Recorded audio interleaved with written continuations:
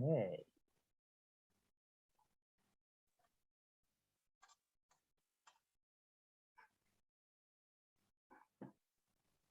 So,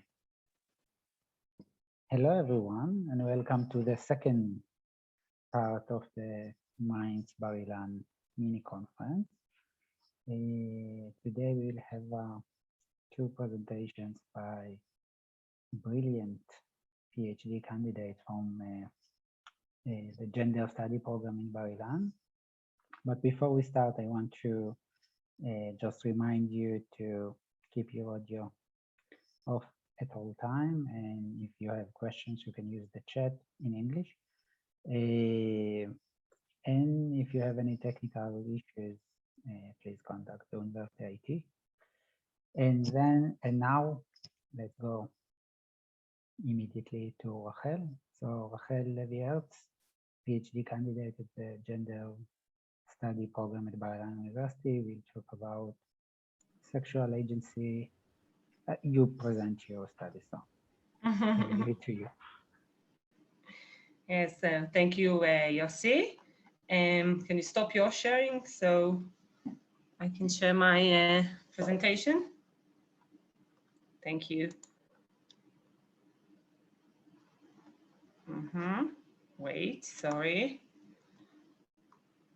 If I can find it, okay.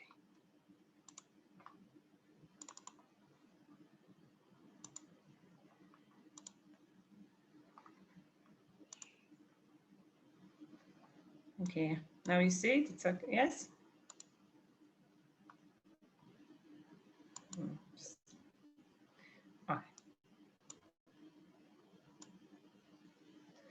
Okay, I managed to do that. So thank you very much, Yossi, again, and thank you, Gili, for this great opportunity to be here this afternoon. So my lecture today is going to focus on attacking culture, which is part of a hookup culture that is very common nowadays in Israel. Hookup culture in general is very common in the Western world, including Israel. But attacking culture, as I will soon show you, has some unique characteristics, and that's the culture, the practice that I investigate. So first, let's see what do we mean when we talk about hooking up. So hookup culture is familiar to the literature in the last 25 years or more, and I'm sure it's familiar to a lot of you in the audience. It is used to describe sexual practices that have the following characteristics.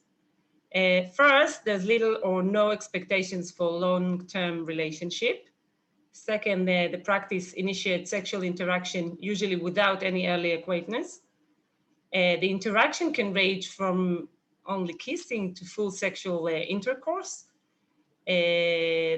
The practices take place usually mainly in crowded spaces where there's easy access to one another, and most of the time alcohol consumption, like nightclubs or student dorms. And although hookup culture in general isn't necessarily heterosexual, attacking has very heteronormative scripts, as we will soon see from the interview's descriptions. By the way, if you want to learn more about hookup culture, so I truly recommend the documental Netflix film here at the photo, Liberated, the New Sexual Revolution. It's a very interesting one. So, attacking is the hookup culture in Israel, and let's understand how the young people perform it at nightclubs for adolescent and young people. Moran describes what happens at nightclubs. It's like we don't dance for ourselves. Boys freely spank our asses. They just feel it's legitimate. And then a man, boy, starts dancing with you from behind and start rubbing himself on you. Now you don't know if he's a good looking, you don't know if he isn't. So either one of your friends gives you permission or you lick yourself. And then she adds, when a man comes and starts rubbing himself, and then they know it's the law, and it makes it legitimate for them that they are being attacked. As we understand from Moran's description, attacking is used as a slang to describe a practice in which young men approach anonymously young women, usually from behind, and try to initiate sexual interaction by touching their bodies. Nevertheless, young women don't treat it as offensive or violent, and this culture has very clear and expected social rules. The main rule for young women is to attract the attention of young men, to approach and perform the practice. The main role of young men is to initiate the interaction. Usually, young women respond to the practice by flowing with it or by rejecting the attempt. And as we can see, the role division is very much engendered. And the practice arises many questions about the possibilities of young women to act and express their sexuality in spaces of attacking. From the description of Moran and of course the other interviews, and from the slang of the practice, attacking, we understand that there are legal, military, and even violent connotations of attacking culture. Even so, this research asks to dispute the dichotomous discourse towards the sexuality of young women, towards sexual consent, vice versa, sexual violence, towards subjectivity, vice versa, objectification. My motivation to do so is my aim to critical respect towards the interviewees' narratives who describe more complicated experiences. The complexity convinced me to adopt a more challenging epistemic and methodological approach. And this research analyzes the finding within a theorization of vulnerability that allows deeper understanding of the possibilities of young women to express their sexuality in spaces of attacking. That makes attacking an interesting case study to examine how do young women express their sexuality while facing their vulnerability. What strategies do young women use to keep themselves safe while expressing their sexuality in spaces of attacking? And to do so, I conducted interviews with 40 young women and observation at nightclubs. I needed to be very brave to do that. And as I mentioned, I approach the findings with hermeneutic of trust towards the narratives of the interviewees who kept distant themselves from experiences of sexual violence. So first, let's understand what constructs the vulnerability of young women in spaces of attacking. First, young women need to navigate within conflictual imperatives, social ones, parental, educational ones. Second, the sexual behavior of young women is still socially judged very, very strictly.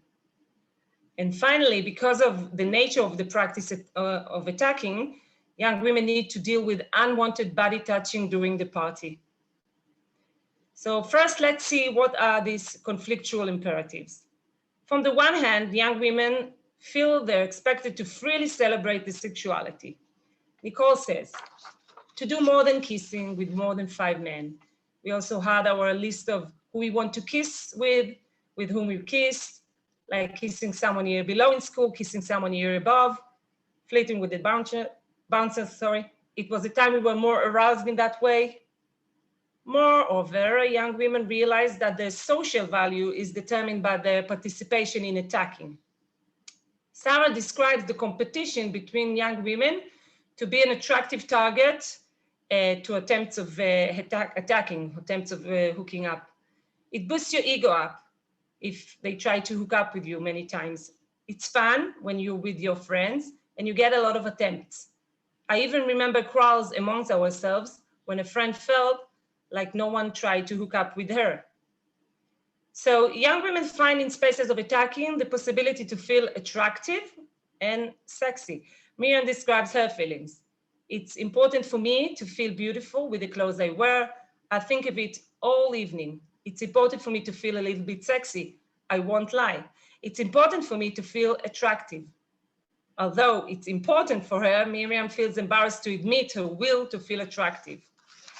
She feels embarrassed to admit that because there are different expectations from young men and from young women at the party. More describe these differences. Boys are horny, so they are allowed. because everyone knows they're horny and expect them to be horny. So they allow themselves whatever they want. But girls should be gentler. Just wait for someone to come. It's like the princess who needs to be rescued. Girls are gentle and don't initiate sexual interaction. It's the boy's job. More often, as I mentioned, young women face strict social judgment of their behavior in general and of their sexual behavior in particular. Natalie talks about the negativity attached with the sexual behavior of young women in spaces of attacking. I think I contradict myself in many ways, because on the one hand, it's a lot of fun. But on the other hand, it feels wrong to do so many things because I might be judged negatively. Once in a party, I was kissing with someone and another boy looked at me in a way as if he was thinking, I thought you were a good girl. There's always something negative to it. This social judgment still cultivates the traditional slut shaming that young women face when they're sexually active. Other women look at you and expect you not to hook up with anyone, to be hard to get because you're no slut. You don't approach, you don't touch. If you go with someone, you're a slut, that's your definition. To add to that, young women face unwanted touching that is a result of attempts to hook up with them at the party and is usually normalized by them, as Nomi described. So very often you pass by someone and get spanked on the ass. You pass someone, you get a touch on your tits. You pass by and boys allow themselves to touch you. They actually allow themselves to touch you as if my body isn't only mine, as if it's there. This feeling of loss of autonomy, together with the strict social judgment, construct the vulnerability of young women as the starting point at the party. It's like I never feel I'm in a safe position. Every second, someone can force me. A little bit of losing control and a kind of fear. It's just that men come to you and they're stronger than you. I'm really small. It's fear. So I take it into account that if I go there, this is my starting point. As we see from this quote, young women accept their starting point as part of the social game of attacking. Accepting this starting point puts young women in a very ambiguous position. On the one hand, they want to play the social game of attacking, but on the other hand, they need to deal with unpleasant feelings as Ophir shares. There's a positive aspect to it because it's an expression of interest. It doesn't matter if it's pleasant or not. Usually it gives you a good feeling for 2 seconds that someone is interested in you. And then it's like, okay, this isn't pleasant. But in general, it gives you a good feeling. Despite the need to face their vulnerability, young women keep expressing their sexual desires at spaces of attacking. Analysis of their vulnerability allows us to reveal creative strategies that allow young women to become a sexual subject. Their vulnerability gives rise to alliances that support the sexual expression of young women in spaces of attacking. The first manifestation of these alliances is the circle of women friends that empowers young women. Nina described the circle. We come as a group of women, and it's like we dance together and we have our girl power and no man can break us apart. But sometimes it's for the purpose of meeting someone. So we give each other the freedom to do so. From Nina's words, we understand that the circle keeps the party safer, but also enables sexual expression of young women. Karine even describes how in her eyes, removal from the circle is essential in performing attacking at the party. They just come to you, enter the circle and just make you. Someone just decides for you, I'll dance with you. And then he makes his move, not with massive force. He just grabs you, so to speak, holds your hand, turns you outside the circle of your friends, takes you out. Therefore, the circle constructs and is constructed by the practice of attacking. Another manifestation of these alliances is an unwritten agreement between the friends of the circle. This agreement holds 2 purposes: enabling expression of subjective sexual desires and protection against unpleasant sexual interaction. Shuval describes how she and her friends decide before the party What happens if we don't see each other? How we dance? What to do if we don't feel safe? To fulfill this agreement, young women use an intimate language at the party. Shuval shows how they signal to kick away the boys. I don't feel comfortable. We had enough. Or I'm comfortable in this situation, so her friends will know to give her the space, but keep an eye on the situation. Kim explains how the agreement and the intimate language work.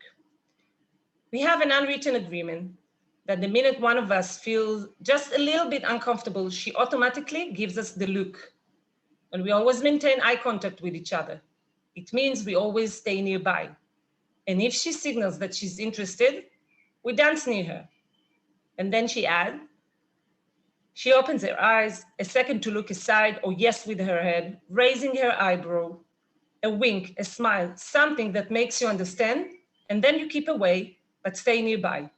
The second she signals you too much or gives you the face, so usually we come like a massive boom all over the men, take her and run away, like women fighters. And Kim used here the word mistarvot.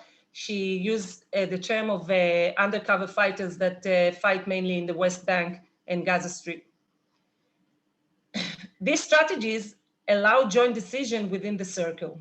The joint decisions help young women to protect each other, but also to allow themselves sexual expression. And even if someone makes a move on me and everything is okay, and I want it, one of my friends will whisper in my ear, is everything okay? Do you want us to stay or go? Go. What do you want us to do? I whisper back, and then I understand the situation and what to do. Even if Yam wants an interaction, she'll make sure with her friends that everything is acceptable by them, and then she decides whether she can continue with it or not. But young women don't only decide together how to choose and act, but also take joint actions to implement their decision. Mia describes her friend's actions on her body while she's sexually interacting. We danced really tight, kissing and dancing slightly, and 3 of my friends were standing near us. They were afraid I would go too far. And especially Debbie constantly came to pull my shorts down. I was with shocking fuck me shorts, and every time they rode up, she came to pull them down. And I just remember myself kissing, and someone was pulling my shorts down again and again, so no one would see anything. These strategies emphasize how the ability of young women to act in spaces of attacking is supported relationally. Young women rely on the relations with their friends to allow themselves more confidence at the party so they can create more options for their subjective sexual expression. These findings give rise to a relational concept of the individual and to a language that describes the sexual experiences of young women more authentically. Gilly describes her experience. Rely on your friends who see if you're okay and set the limits, because sometimes you can't by yourself, because you need someone objective who looks from the side. Sometimes when you're in a situation, you're not clean, you're not clear, you have many desires. There are situations in parties that can make you confused, and your friends are part of your will. They should be part of your will at that moment. In conclusion, attacking culture is engendered in many ways. It also emphasizes how the sexuality of young people in Israel is constructed in a military and very aggressive discourse. In future research, I am planning to critically analyze this discourse too.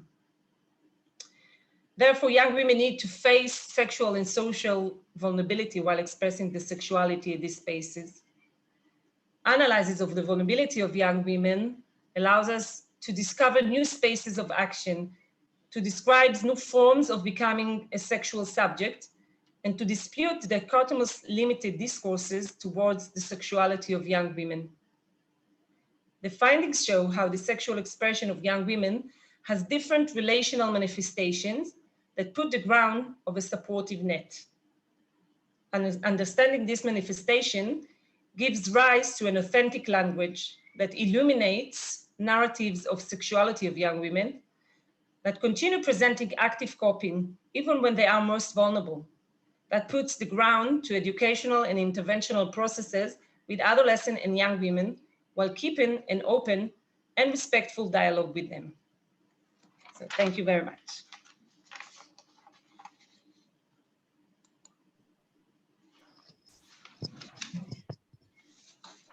Thank you, Rachel. It was really fascinating.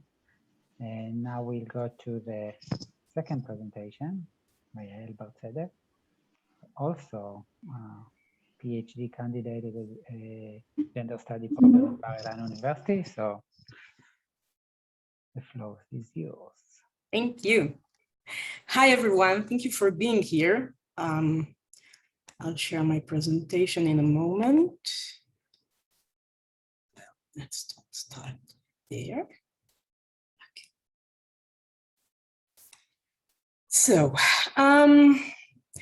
my PhD research centers on the interpretation and the implementation of the sexual harassment law in order to investigate the construction and progress of laws and public discourses. To do that, the study examined how women from different communities of practice, such as lawyers, activists, and state representatives, interpret the term sexual harassment, as well as how do they shape the meaning of the sexual harassment category through their work. The Israeli Prevention of Sexual Harassment Law was introduced in 1998, specifically detailing a list of prohibited behaviors and conducts. Its legislation was indeed a judiciary breakthrough, but more than that, it became the cornerstone of a wide social and cultural revolution. Its title exceeded the narrow legal meaning and become a common expression, a catchphrase in everyday life and language.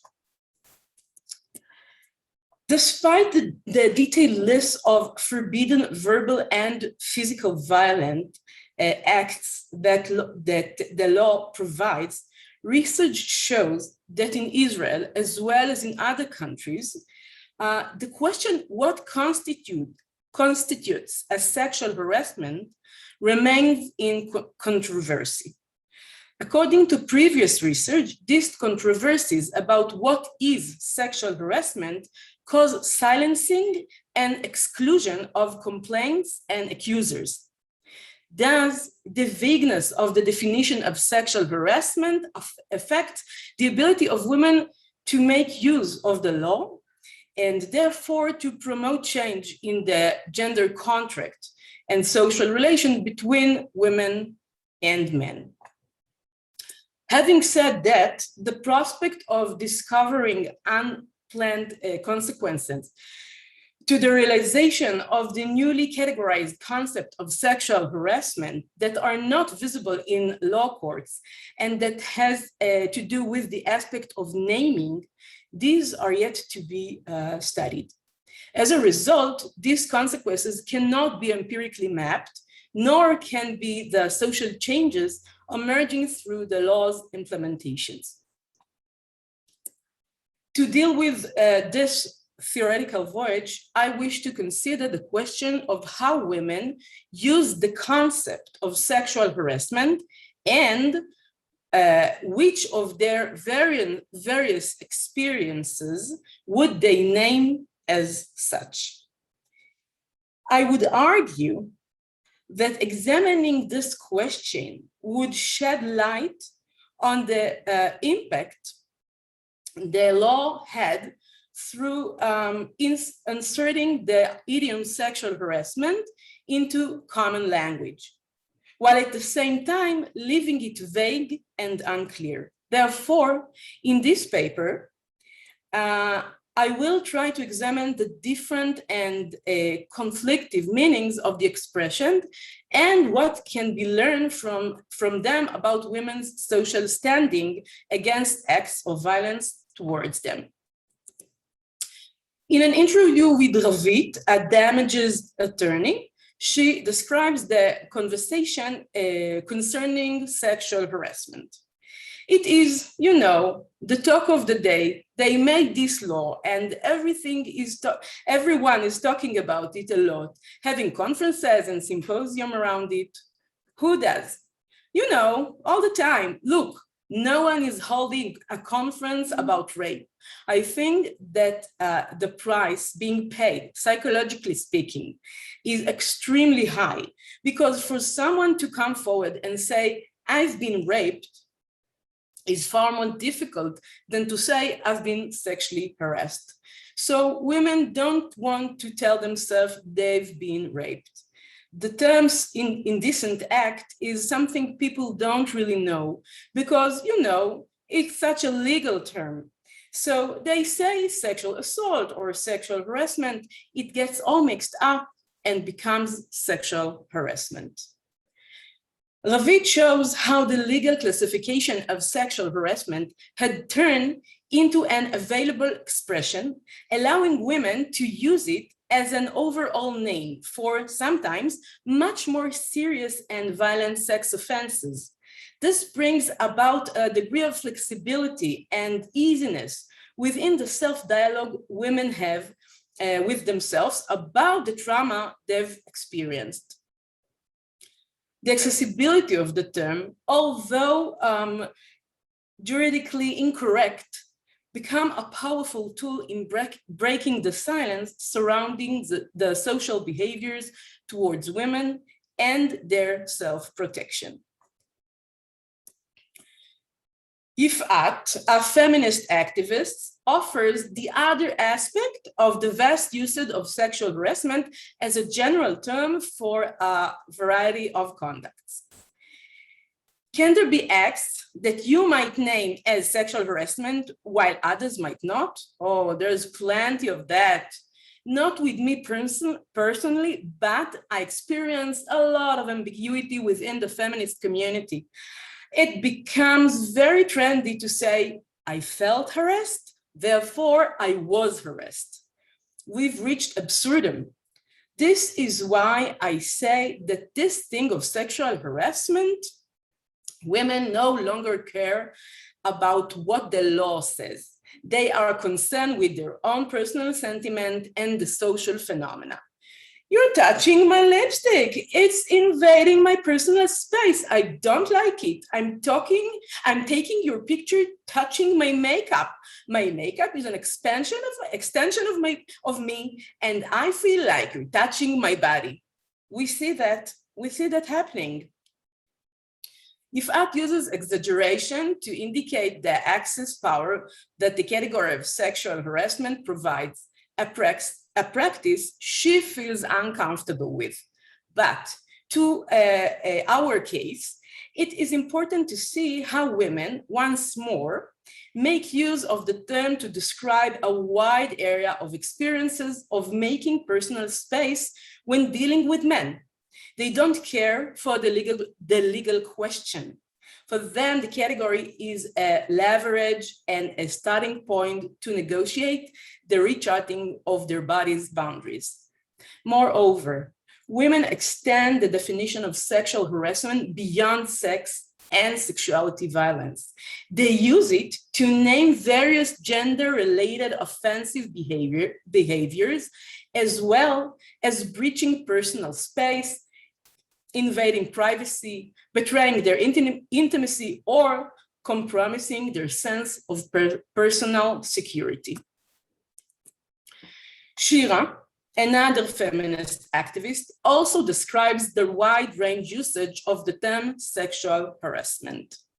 Nowadays, with the general public, everything is an harassment. Why is that?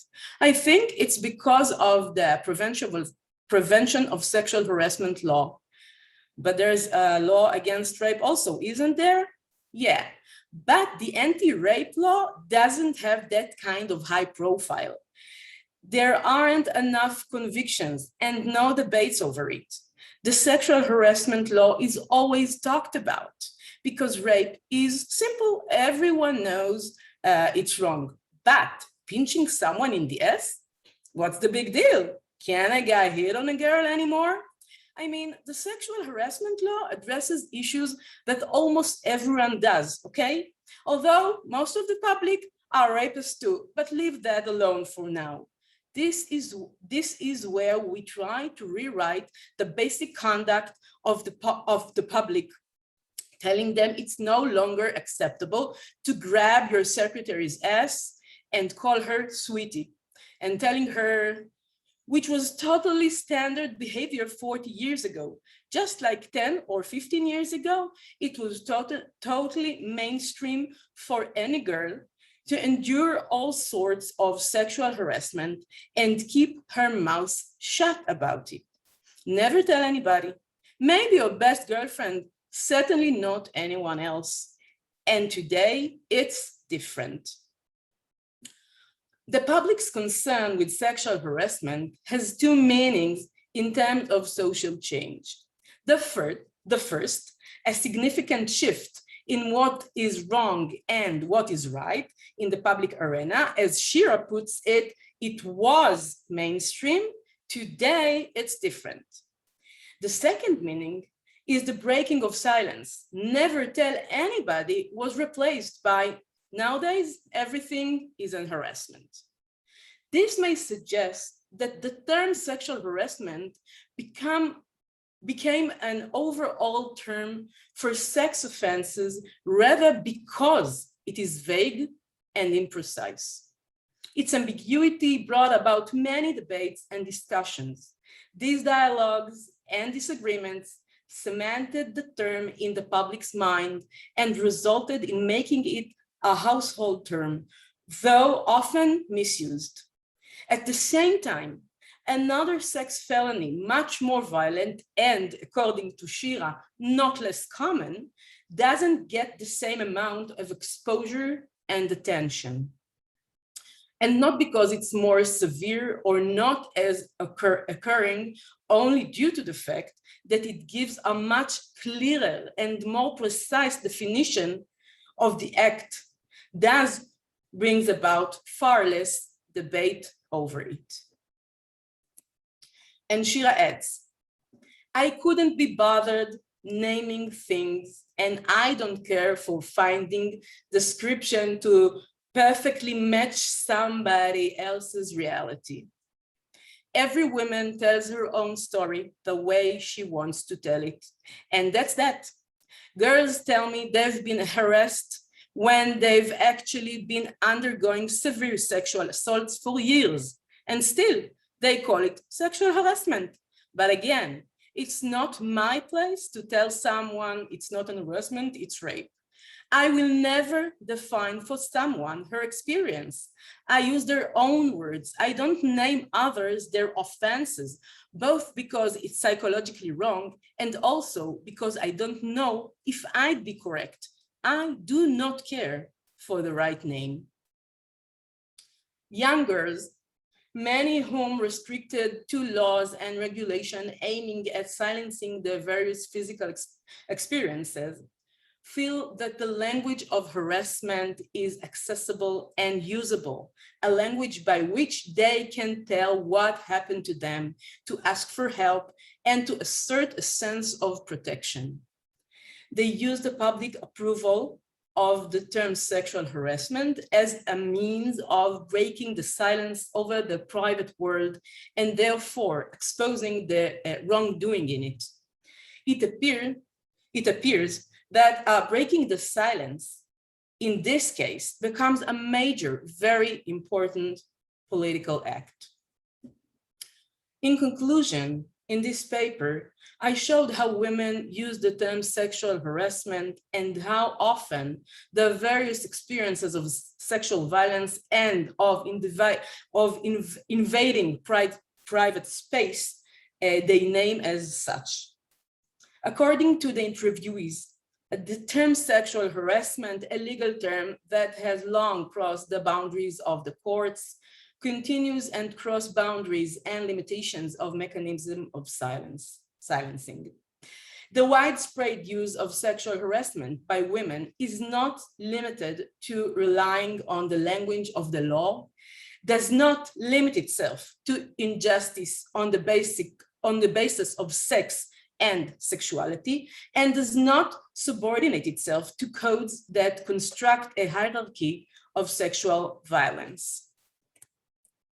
The ambiguity on the one hand and the diversity of discourse that this ambiguity creates on the other lead to a struggle over the definition of the term.